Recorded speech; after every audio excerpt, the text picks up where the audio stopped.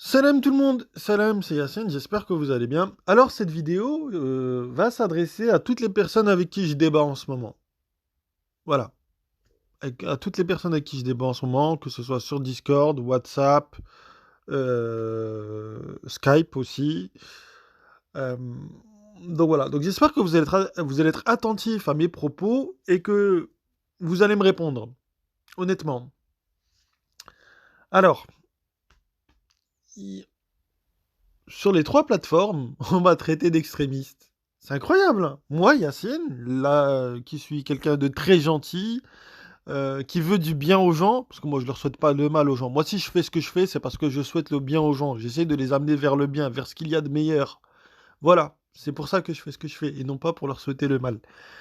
Euh, on m'a taxé d'extrémiste, ce qui est incroyable. Ce qui est incroyable, moi qui n'ai jamais menacé de violence qui que ce soit, ou quoi. C'est incroyable. Alors, je veux poser une question. Donc on me taxe d'extrémiste parce que je rejette tous les hadiths, tous les savants et tout ce qui n'est pas coranique. Donc on me traite d'extrémiste à cause de ça. Alors moi j'ai quand même quelques interrogations. Est-ce que vous auriez taxé Ibrahim, le prophète Ibrahim, d'extrémiste? Parce que je rappelle que Ibrahim quand même il a dit à son propre père, je te vois toi et ton peuple dans un égarement évident. Parce qu'il voulait que ce que Dieu, voilà, il voulait que ça soit que du monothéisme, entre guillemets. Il voulait que, voilà, il voulait arrêter le shirk. Et il a dit à son père, voilà, je te vois toi et ton peuple dans un égarement évident. Est-ce que vous l'auriez traité d'extrémiste? Est-ce que, parce que la personne veut être soumise uniquement à Dieu, Dieu seul, à Allah, le créateur des cieux et de la terre, est-ce que vous l'auriez taxé d'extrémiste?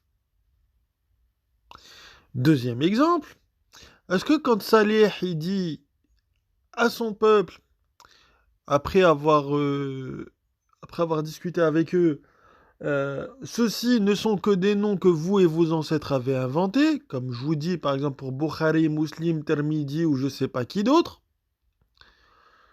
est-ce que vous l'auriez traité d'extrémiste, le prophète Salih? Est-ce que vous l'auriez traité d'extrémiste? Est-ce que Issa, avec les Bani Israël, par rapport aux interdits qu'ils ont inventés, etc., qui sont pas des interdits donnés par Dieu, quand il leur dit de rapporter la révélation et de la réciter pour voir s'ils sont véridiques? C'est-à-dire, en gros, est-ce que vous trouvez ça est-ce que vos interdits là que vous avez là, est-ce que vous trouvez ça dans la révélation?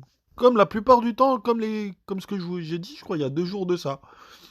Est-ce que vous l'auriez traité d'extrémiste, Issa?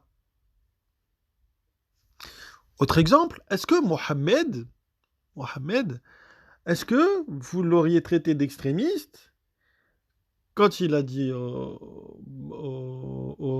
gens, le prophète Mohammed, je ne suis pas une innovation parmi les messagers, je ne sais pas ce qu'il adviendra de moi ni de vous, et je ne fais que suivre ce qu'il m'est révélé. Donc lui-même dit, voilà, qu'il ne fait que suivre la révélation et rien d'autre. Parce que comme les gens, vous l'auriez traité de fou, de possédé ou je sais pas quoi. Parce que vous l'auriez fait. Parce qu'au final, moi, ce que je fais, c'est juste ce que les prophètes ont fait, en fait. C'est juste que je ne fais que répéter ce qu'ils ont dit, en fait. Ce que je fais à longueur de temps, c'est vous répéter ce que les prophètes ont dit. Rien de plus. Je rajoute rien à leurs paroles. Bien.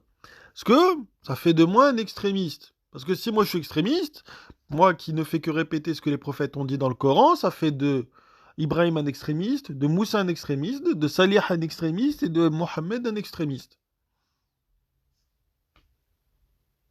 Voilà. Ou, vu les paroles que je dis, parce que je ne fais que parler de Coran et réciter des versets du Coran, et comme on me traite aussi de mécréant, donc vu que les prophètes, ce qu'ils ont fait, vu qu'ils n'ont fait que réciter ce qui leur était révélé, ça ferait donc d'Ibrahim un mécréant, de Moussa un mécréant, de Isa un mécréant, et de Mohammed un mécréant. Et de tous les autres prophètes au passage des mécréants pour vous. C'est bizarre quand même. C'est bizarre. Donc voilà, donc réfléchissez quand même à ça. Voilà, et je vous dis salam et à une prochaine. Salam.